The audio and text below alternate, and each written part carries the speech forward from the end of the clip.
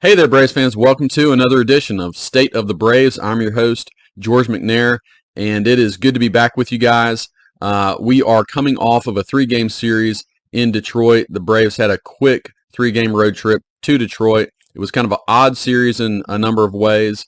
The Braves blowing the first game and then a rainout, and then the Braves sweeping a doubleheader, which they really needed to do after losing that first game. They come directly back, had to be kind of tough to play two, come directly back to Atlanta. I think they got into Atlanta around midnight and then play the Colorado Rockies. Thankfully, they also won game one of the Rockies series. So we're coming off of that first win, and hopefully the Braves can continue to beat up on some of these lower teams that are not playing very good baseball right now. So we're obviously going to get into these four games, and I really want to take a good bit of time today to talk about what a lot of people in Braves country are talking about, and that's the struggles of Spencer Strider, something that he didn't really experience any of in his rookie season, one of the most dominant rookie pitching seasons of all time, really. And so I do want to try to break down as best I can some of those things and give you my thoughts on Strider. But of course, we're going to dive into the Detroit series first. This was a really weird series in which you might remember, guys, I mentioned at the back end of the last podcast episode as I was previewing this series, Detroit had, coming into this series, had the worst slugging percentage of any team in baseball. And really the worst offense of any team in baseball, including runs scored. It did not seem like that as Detroit really hit the cover off the ball in these games. They hit quite a few home runs. And again, some of this was highlighted against Spencer Strider, but it wasn't just Strider. The Tigers hit a lot of home runs in this series. It was part of why the Braves dropped game one, but these were fairly high-scoring games across the board. So it just really, on paper, didn't seem to be like it was going to be a slugfest in each game, and it ended up being. So Detroit, these games, game one was the 6-5 loss in 10 innings. This was the particularly tough one to take as Raisel Iglesias comes into the ninth inning up 5-2. Just did not have his stuff. Clearly, he was getting hit around a good bit. Blows the save. He is able to get out of that with still a tie ball game, 5-5 through 9. This was particularly unfortunate because Charlie Morton had one of his better outings in a while. He goes 5 2/3 innings of scoreless baseball. Also in this game, Marcell Ozuna gets hit by a pitch in the wrist. This was kind of a scary moment, but eventually he came back in the last game of the series and looks to be okay. So he escapes injury, but he goes down in that game. You do have a really good game from Michael Harris. He had a great series, 7 hits in the 3-game series. He had 3 hits in this game, including a home run, a stolen base, and 2 runs scored. And we'll talk about Harris a little bit later on in this episode as well. But he is looking really, really good, guys. Like, he's coming out of this long slump. And you'll remember he's been hitting the ball hard for quite a while and just continuing to get, hit into some really tough luck. Well, his luck really started to turn around in this series in a big way. So good stuff from Harris, but nonetheless, the bullpen, not just Iglesias, the bullpen gives up 6 runs in just 4 innings pitched. Iglesias was clearly struggling the most. And obviously, if he can come in and shut the door, the Braves win this game. But you have McHugh giving up a run. You have Anderson giving up a run. Then, of course, Iglesias giving up the 3. And then Jimenez comes in the 10th. And, of course, with the runner on second, can't really fault him too much. You had a kind of a weird bunt play that Riley wasn't able to make. It's first and third. Nobody out at that point. I believe Jimenez struck out the next guy, so you're starting to have a little hope that he can get through that, but then a fly ball over Harris's head ends the game. So the Braves end up dropping game one in pretty disappointing fashion. But like I said, after a rain out the next day, the Braves come back in a doubleheader and win both games. So the first game of that doubleheader is where Spencer Strider was really coming in and struggling once again, back-to-back, really bad starts from him. Remember, he's coming off the New York start where he gave up 8 runs, career-high 8 runs. And then in this game against really the worst offense in baseball, he gives up 5 runs in 5 innings pitched, and he had to work to get through those 5. He gave up 3 home runs at this game, and all 3 of them were off of his fastball. And that right there, as we start to analyze what's going on with Strider, that to me is one of the biggest, it's flashing right at you that his fastball typically has been unhittable throughout his young career, and here he is, 3 fastballs to these Tigers hitters. Now, one was Miguel Cabrera, who's of course a Hall of Famer, but he is a shadow of his former self. So he took him deep, and then 2 other guys in that Tigers lineup that you've probably never heard of take Spencer Strider deep off of the first fastball was 97 miles an hour, middle in. The ball that Cabrera hit was actually in off the plate, but he was able to turn on it. And then the last fastball that Strider threw was a 96 mile an hour fastball right down the middle. So 97, 96, 96 on all of those home runs that he's giving up. And, you don't have to be very, very knowledgeable about pitching mechanics, and all that to see that Slider's fastball just looks different. It's not just the velocity. The velocity is obviously something that is very easy to measure, but he's not getting swing and miss, and the guys are just teeing off on this fastball, and that really is a red flag in a lot of ways. So again, I'm going to analyze Strider a little bit more here after we go through these games, but definitely this was evidence that he is still not right. Okay, nonetheless, in this game, the offense really steps up. I mean, for the second straight bad start from Strider, the offense steps up and still wins the game. And the real story offensively in this game was the dynamic 8-9-1 combination of Arcia, Harris, and Acuna. So the bottom of the lineup feeding the top of the lineup. Arcia goes 2 for 4 with 2 RBIs and 2 runs scored in this game. And then Harris goes 4 for 4, has his best game of the season with a home run, 4 RBIs, and 3 runs scored. He was all over the place in this game and just feeling good. And it's awesome to see Michael Harris contributing in big ways. I know he has felt like he hasn't been contributing much this season. So you can just tell the confidence, the fun, it's back for Harris.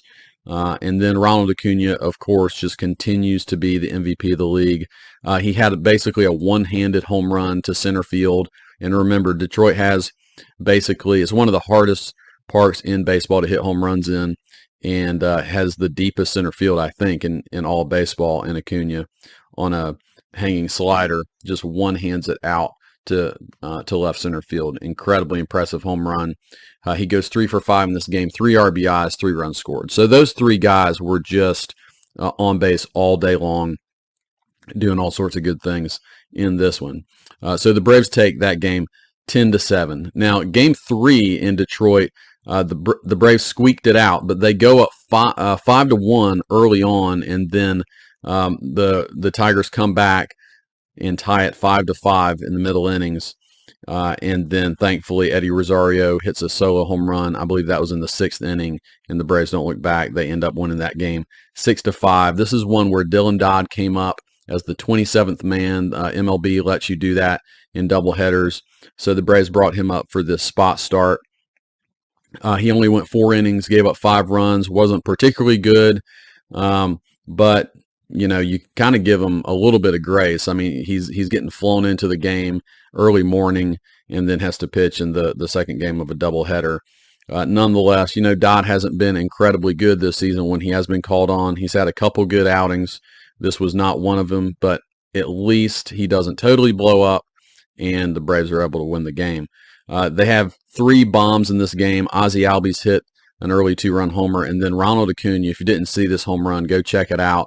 Just an absolute mash job to center field, 461 feet. I feel like Acuna only hits home runs that go 460 plus, but just off the batter's eye, dead center field. This is one of those swings that Acuna wasn't physically capable of doing last year, and now that he's just unwrapping on balls and just crushing them in this way, especially staying on an off-speed pitch and hitting it 461 feet to center field is just insane, guys. But yeah, that one was cool. And then again, Rosario was a line drive shot, just got out, but of course it counts anyways, and the Braves go on to win this game. One of the big unfortunate things in this game is Jesse Chavez went down. He took a line drive, 99-mile-an-hour line drive, one hopper to the shin, which cannot feel good. I can't imagine that felt good. He went down immediately. Sometimes you see pitchers, take one off the leg. They can still feel it, and then it starts hurting after that adrenaline wears off. Not this one. He went down in a heap immediately, basically carried off the field. They did do x-rays. Everything was negative, but that there is like a serious bruise and it has to be tender. So he's on the 15-day IL. Very thankful that it's nothing worse than that. Hopefully he can come back somewhat soon and continue to contribute to the bullpen as he has all year. So he goes down, and the bullpen really stepped up in this one. The first two games of the series was not the absolute greatest from the bullpen, but they were great in this one. 5 perfect innings from the bullpen. You get 3 from McHugh. You get 1 and 2/3 innings from Jimenez, and then Minter came in for the last at bat and got the save in a 1-run game. So nonetheless, you would love to sweep in Detroit, but any time you can go in, on an away trip and take 2 out of 3 from anybody, you feel pretty good about that. So like I said, the Braves come back. It is a little bit of a challenging travel schedule already, and made a little more challenging by the doubleheader. There had to be some tired legs in this first game of the Colorado series, but the Braves do go in last night and win this game as well. This was Smith-Shawver's first home start, and he gets the first win of his career as the Braves win this game 8-3. The really positive thing for Smith-Shawver is his velocity was back up. That was somewhat of news. In his first career start, his velocity went down to 92, 93, where it's typically 96, 97, and that's where he was in this game. You definitely saw some 97 on the board as he was letting it loose a little bit more. So very good to see. He goes 5 2/3 innings, gives up 3 earned runs. He did allow a couple home runs. One was on a hanging slider. The other one you felt like was a pretty good fastball, and the guy just hit it out. So you tip your hat on that one. But just really feeling pretty good about Smith-Shawver at this point. He did show some inconsistency in terms of his off-speed pitches, which is a part of his profile right now, again, being a young 20-year-old. But you're also seeing the good of those as well. When he makes good pitches with those off-speed pitches, they are legit. And one thing that I didn't even know was on his repertoire was his changeup. That has not been talked about much, but he got a couple of strikeouts off of his changeup, and it looked really good. So that's a positive. On the offensive side of thing, Ozzie hit second in the lineup in this game, and Snitker slid Olson down to the 5th spot against a lefty on the mound. And I'm just saying, thank you, Snit. I have been a little uncomfortable with Olson hitting second really most of the season. I know that Olson has a high on-base percentage, but I feel like with Acuna constantly getting on base, there's a lot more benefit to having different guys who are impacting the ball a little more consistently in the 2-hole, and then putting Olson 4 or 5 makes more sense to me. Of course, Olson crushed a home run late in this game, and we know he can do that, but he's also not making contact consistently, and especially against a lefty, it makes a ton of sense to put Ozzie in there. He is a just absolutely great hitter from the right side, and you saw that in this game. He was very good. He had 3 hits, 3 RBIs. He had a bases clearing double in this game. So really good stuff from Ozzie in the 2-hole. And I really hope when lefties are out there that this is the configuration that Snitker uses. really no matter how Olson is doing. I just like him a little further down in the lineup at the 4 or 5 spot in these situations. All right, so then you have Murphy also. Sean Murphy had a really good game. Goes 3 for 4. He'd been maybe a couple games without doing much, so it was good to see him get into it. 3 hits, 2 runs scored. And, one thing I'd like to say is I really hope that Snitker can find a little more consistent playing time for Murphy. If you don't know, he tends to not hit very well as a DH. So I think Snitker has gone away from using him in DH at bats. And some of that also is connected to Ozuna hitting so well recently. So I don't think he's going to get more DH at bats, but I would like to see him catch maybe a little bit more. Now, the only thing that happens with this, of course, is that means d'Arnaud is also losing at bats. And so I think Snitker is in a tough spot here in working with playing time between these two guys. Obviously, you're keeping them fresh, keeping their legs fresh, which is really important. But it's just a kind of odd configuration right now. The Braves, if you look at their roster, pretty much everybody hits lefties really well. I mean, outside of some of their left-handed hitters, of course. But you have a ton of guys who crush lefties, including d'Arnaud hits lefties really well. But you have, you can't get d'Arnaud, Ozuna, and Murphy in the game at the same time unless you're willing to put Ozuna in left. And then you lose Pilar from left field, who has hit lefties incredibly well. And he's in there pretty much every time a lefty's on the mound. So you basically have to choose a guy to sit, even though they hit lefties well, and that's a tough place to be in there. But I would like to see Murphy get some more at bats. I mean, after all, he's in the top 10 of wins above replacement for across all of baseball for position players. So it just seems like you're wasting one of the best players in the game when he is just sitting. That being said, I have wondered about Rosario a little bit more. I mentioned that to you guys. I believe it was last episode that Rosario is that one guy in the lineup that I think is a little bit of a weakness. He really hasn't been hitting righties all that well. If you look at his splits off of righties, he's hitting .235 with only a .273 on base percentage and a .426 slugging percentage, which isn't terrible, but lower than you would like, especially for a guy who's playing almost exclusively against right-handers. And so I really continue to wonder if those are the numbers going into the trade deadline, if the Braves might try to find a left fielder who can hit righties a little better. They definitely struggle more against righties, and then they crush lefties. And again, we saw that last night. They had no problems against Kyle Freeland, who has been a pretty good lefty for Colorado this year. So yeah, they don't have great righties. The other option off the bench would be Sam Hilliard, who has barely seen playing time. I can't tell you the last time that Sam Hilliard got an at bat. He's basically become exclusively a pinch runner, and I really wish that Snitker would play him a little bit more. I get the fact that if you're playing him over Rosario, you're basically benching Rosario at some point. But Hilliard has some pretty good numbers this year and career-wise against righties. So I do wonder at some point if Hilliard might start getting some playing time, but it hasn't happened yet. All right, so like I said, late in the game, Olson crushes a long home run. When he hits it, guys, it is very pretty. He hit at .456, just absolutely demolished the baseball.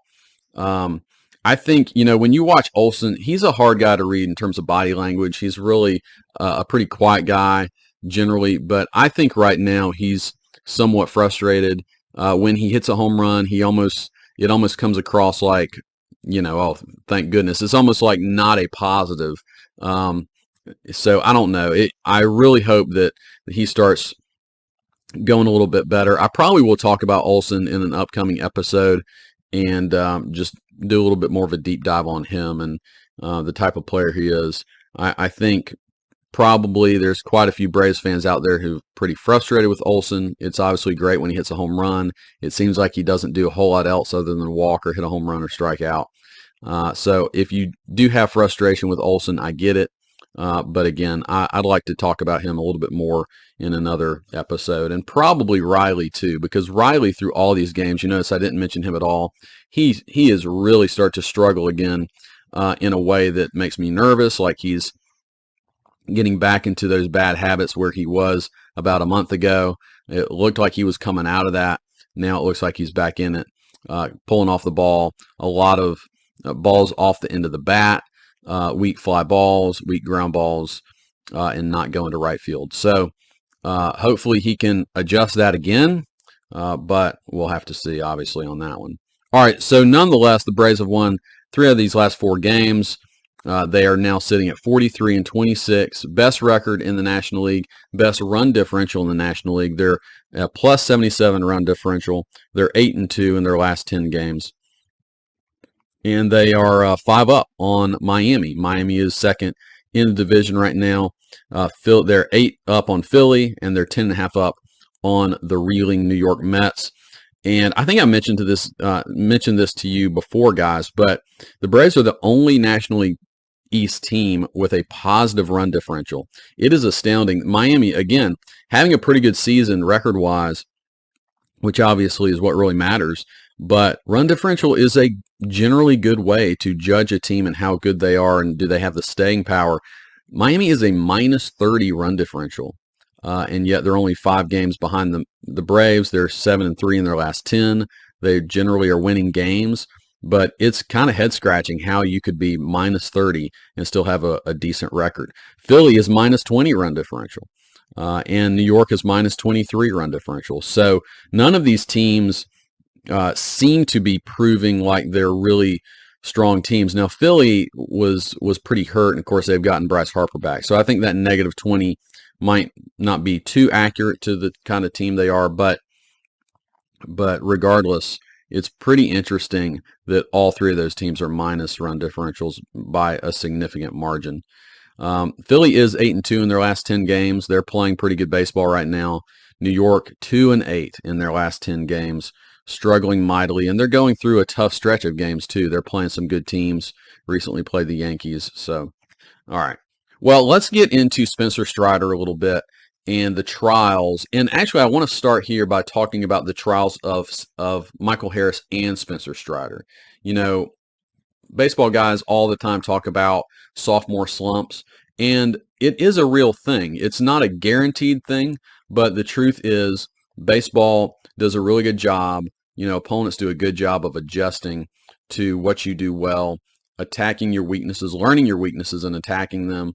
And so it's a pretty normal thing for guys to struggle more in their sophomore season. And that's really the proving time, right? It's the proving time of can I adjust to your adjustments and cover those up. And some guys can do it, some guys can't.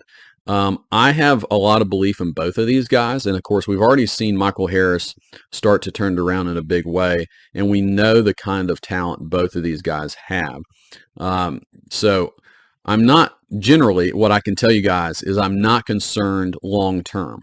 Okay. But if you are frustrated with how the season's going for either of these guys, particularly Strider, who's in the middle of the struggles right now, I do get it. I hear you. And I do want to talk about it some.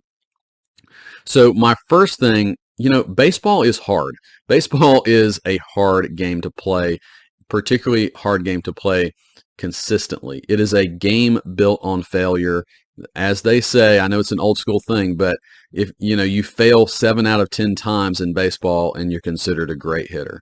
You know, pitching, of course, is thought of a little differently, but just in terms of hitting, I mean, that it's just the truth. It is really, really hard game to continuously be successful at. So, you know, you talk about the mental side of failure, and guys who maybe haven't experienced a lot of failure in the past. Now, actually, Strider has gone through some things in the past. I'm going to talk a little bit more about that. And so I think mentally he's been prepared a little bit more for these struggles. Michael Harris, I do wonder if he has really ever experienced this kind of failure in the past. Like I said, it looks like he's coming through it in a good way. But that is a big part of what they're going through is the mental side. And overcoming that, right? Small mechanical issues in baseball can mess everything up, right? You do one little thing wrong, and things start going haywire. And to me, it's a little bit like golf. The golf swing, you do one thing wrong in that golf swing, and it can get off. And then you can start overthinking everything. And that's bad, right? It's better when you kind of take the brain out of it a little bit and just let your body do what's natural. But yes, any of these small mechanical things can then lead to a little bit of failure. That can mess you up mentally, right? And then it can start to spiral. Every baseball player that I can think of has gone through some type of valley, some type of struggle in their early career. I mean, Austin Riley, you guys know, is a good example of that. And he's still going through some ups and downs. It's not like in baseball, you come out of it one time and you're good the rest of your career. It's a constant battle to figure things out and to be successful consistently. But even Ronald Acuna, right? Sometimes it's not necessarily brought on by some mechanical failure or that sort of thing. Sometimes it's injury. And we saw him struggle through that and come out the other side more dedicated, I think a harder worker, a more focused baseball player, and he's having just this monster MVP season. So you can see how players can come through this kind of thing the other side that much better. The other thing to remember with Harris and Strider is how young these guys are, how quick their rise was through the minor leagues to the big leagues. It's almost like it's not a negative. I mean, you're so talented that you're ready for the big leagues, but you haven't gone through some of the other mental struggles or hurdles that other, you could say, regular players have. And so they're doing it at the big league level. So yeah, it is a time of growth. It is a season of growth for both of these guys. When you're going through struggles, you guys know this, don't want to get too philosophical, but just in everyday life, we all go through things. We go through struggles. If you come out the other side, typically better for it. And that's the mentality you want to take. It is growth. It is development. And I think you're seeing that from both of these guys. Okay, so maybe we shouldn't be surprised by it, but it's easy to be surprised by it because of how dominant and how remarkable both of these guys were last year in their rookie seasons. So the positive here is Harris does seem to be coming out of his sophomore slump. Chipper Jones has made several comments on mechanical adjustments that Harris has made, and basically that they figured those things out, that is showing up at the plate, and actually showed up at the plate for the last few weeks. Now you're really starting to see results. Chipper basically said, left center field is Michael Harris's base swing. That's his target. And when he starts getting more pull happy, he's not the same hitter.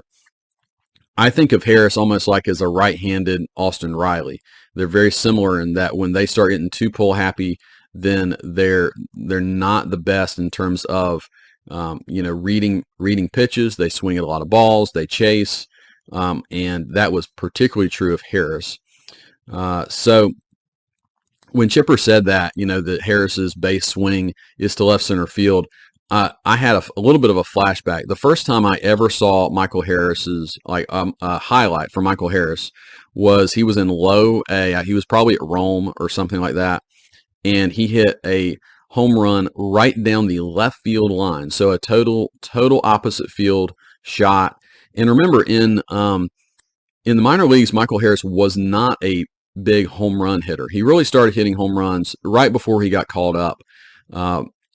In a big way. But the power that he showed early on as a minor leaguer was almost exclusively to the opposite field. And so it really is true. His baseline swing is staying on that ball a little bit longer, hitting it to left center field. He had one of those home runs in Detroit the other day.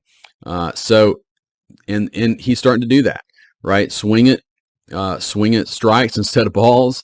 So his swing selection gets better when he stays on the ball more, and his confidence is definitely growing. And you can totally see that. I mean, he's a young guy, whether he's young or not. When you go through those types of struggles, just a couple of weeks ago, he was hitting 168. So it is easy to be frustrated by not having the results and now he's really feeling like he's part of the team, that he is contributing in big ways, and you can just see he looks like a totally different player with a huge amount of confidence out there. So that mental side of the game, I think he's kind of gotten over that hurdle, and I'm looking for some really good things from Michael the rest of the season. Doesn't mean he won't go through other slumps, but I think the big stuff, I think he's probably overcome at this point. All right, that being said, Strider. Strider is the bigger issue right now, and the struggles are real. What I would say is I don't think Strider has been himself all season. Now, the worst of the worst struggles have happened over the last 2 or 3 starts. But, if you had asked me, what do you think of Strider a few weeks ago? In fact, I might have even said it on the podcast, is he's just not quite himself, right? And he was still getting through 6 innings. He might allow 2 or 3 runs. He might allow a home run, but not a whole lot else. And yet these last 2 starts have been totally, he's just been blown up. So even when things were statistically going a little better, he just didn't quite look like himself.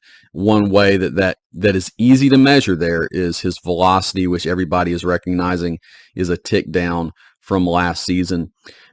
My overall take on Strider is I think, and he's basically said this, though not maybe really fully, but I think it's just mostly mechanics. I think there's something mechanically off, and I think it's probably been off all season, and he's been searching for it. And so what that probably means is he's making some slight adjustments here and there that we don't really see or can't tell, and whatever adjustments he's made recently have not helped. It's actually maybe made it worse. I do think he's going to figure it out. I'm not hitting the panic button yet. It is real, and anyone who is hitting the panic button, I get it. Here's a guy who has been here. He was one of the most dominant pitchers in the National League last year, and he has not been that at all. His ERA is over 4. He's still getting a lot of strikeouts, but there's obviously a lot of issues there. He's getting hit hard. He's allowing a lot of home runs.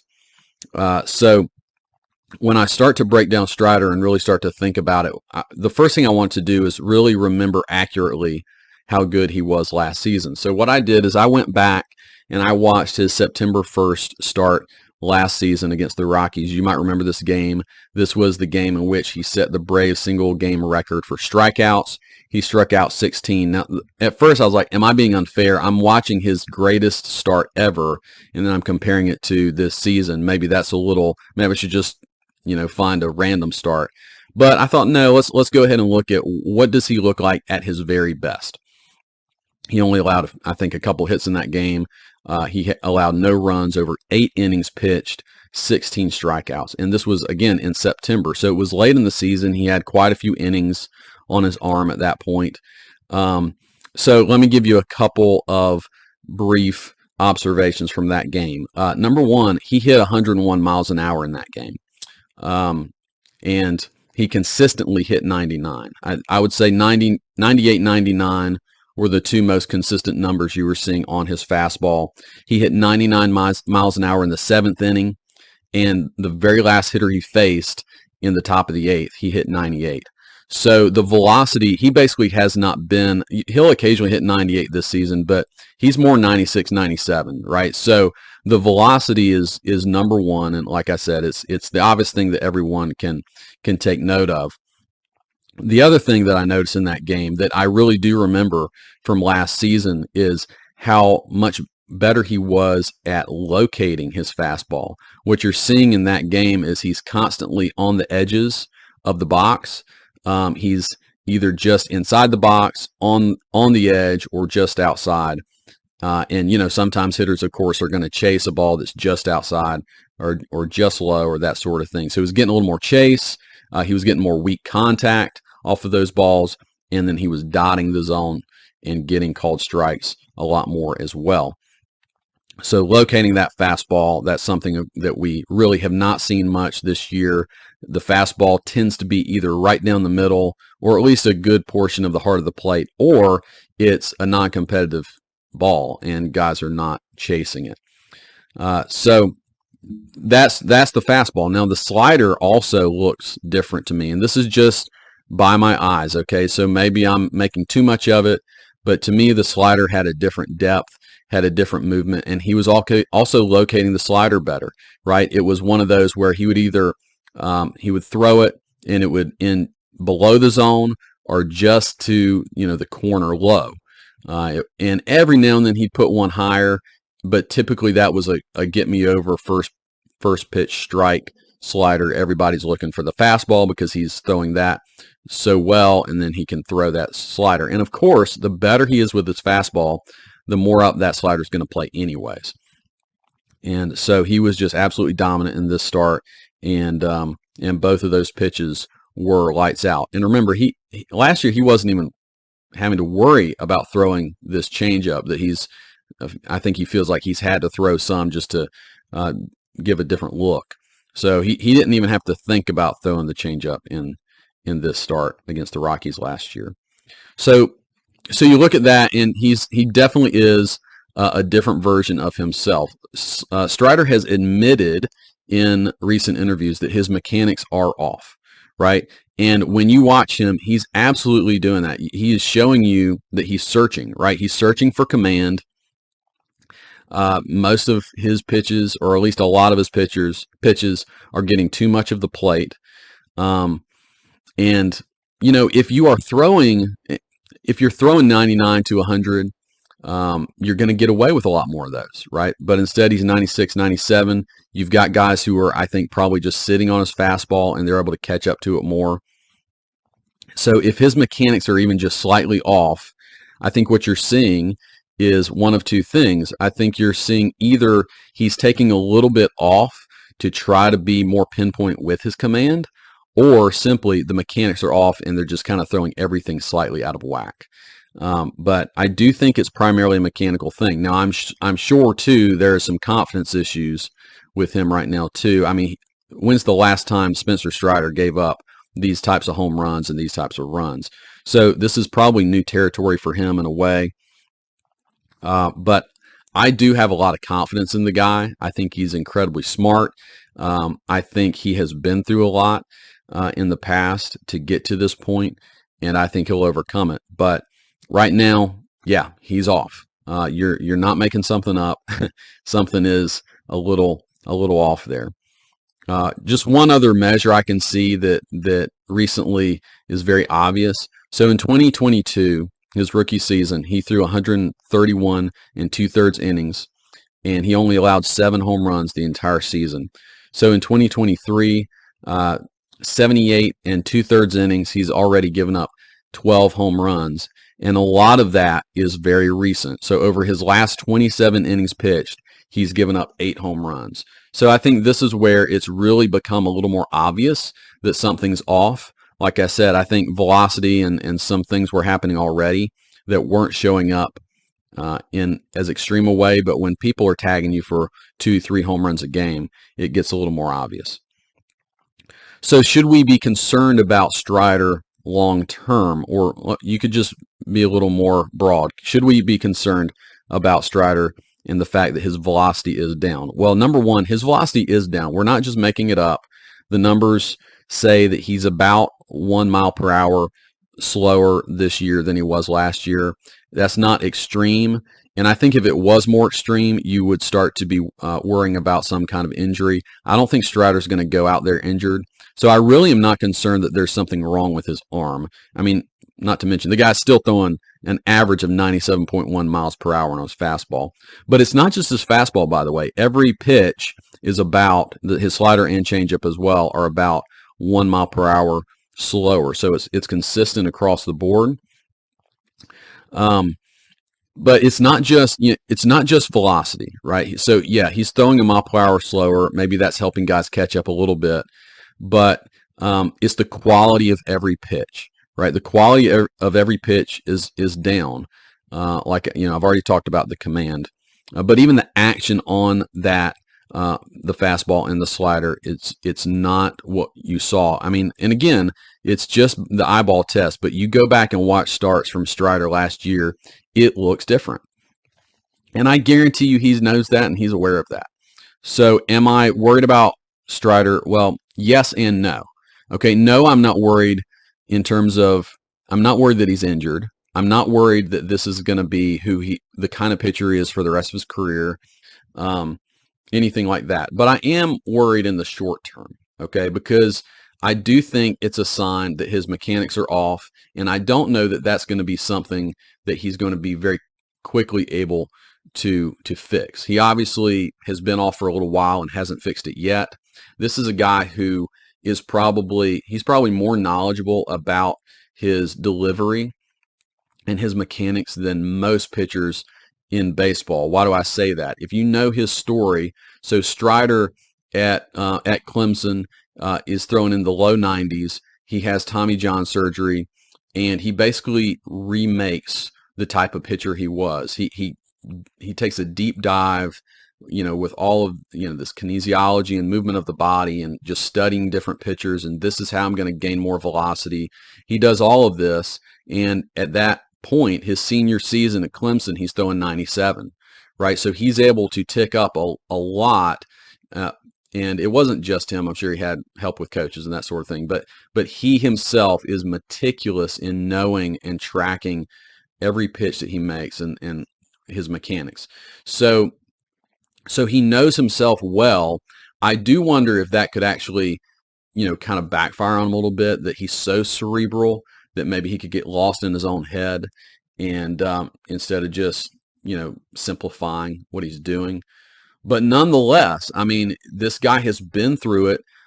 He was not coming up as a top prospect. He turned himself into a great pitcher. So there's no reason why he can't do that again. I will say, though, that in an interview with Ben Ingram, I mentioned this in my last podcast. They do writing with the Braves, or they've done those long-form interviews with the Braves you can find on YouTube. But he tells Ben Ingram that the first time he ever hit 100 miles per hour was in single A. So that would have been first time Strider ever hit 100 miles an hour was in 2021, right? So here we are just 2 years beyond that, right? And he hasn't hit 100 all season this year. So it does make you think, well, it's in the tank, but his mechanics have to really be close to perfect for him to be at that level. So, what I'm hoping that all these struggles do for Strider is it allows him to figure it out, and hopefully he can figure it out in a way that he can lock in the mechanics he needs long term for the rest of his career. And it's not this constant back and forth between him having it and looking otherworldly and then losing it and looking mortal. And that's what he is right now, right? He's mortal, and we're not used to him looking like that. So the bottom line is, I believe in Spencer Strider. I really think he is going to figure this out. Unfortunately, I just don't know when that's going to happen, right? It's probably not going to happen overnight. And it might not happen this season. The fact is, the guy was just so dominant in his rookie season. And if you go back and watch that Rockies game from 2021, 16 strikeout game, it will remind you of this is what this guy is capable of doing. But we really have not seen that all season. Even at his best this season, he wasn't anywhere close to that. So getting those mechanics right, getting his command back on point where he starts dotting guys when he could dot a 99-mile-an-hour fastball on the corner, no one's hitting that. And that's what he used to do. It was just all around the box, right? The corners of the box. And then he would throw a devastating slider and you're done. And you have no shot. And guys do have a lot better shot right now against Strider, and especially that fastball. So I'm obviously pulling for the guy. I believe in him. But I've heard some commentators say, well, there's not that much to be worried about because he's still throwing 97. He threw 97 at the beginning of the year. I'm like, don't think about this year, right? Think about last year. 97 for Strider is not, I think he would say this, 97 for Strider is not good enough. I think he has, way higher expectations on himself than anyone else. So I believe he's going to work really hard to get back to where he was last season. Not the best version of himself this season, but last season. And I'm looking for that. And man, it'd be awesome if he could bounce back and do it this year. All right, guys. Well, that is all I have for you today. The Braves have 2 more against Colorado. Hopefully they can take those and just continue their winning ways. And obviously, once Strider gets back on the mound, it will be, I think, much must-see TV and see if he can make some of these adjustments quickly. So it would be cool to see. And I'll like I said, I'll be pulling for him. All right, guys. Well, I hope you enjoyed this episode of State of the Braves, and I'll talk to you soon.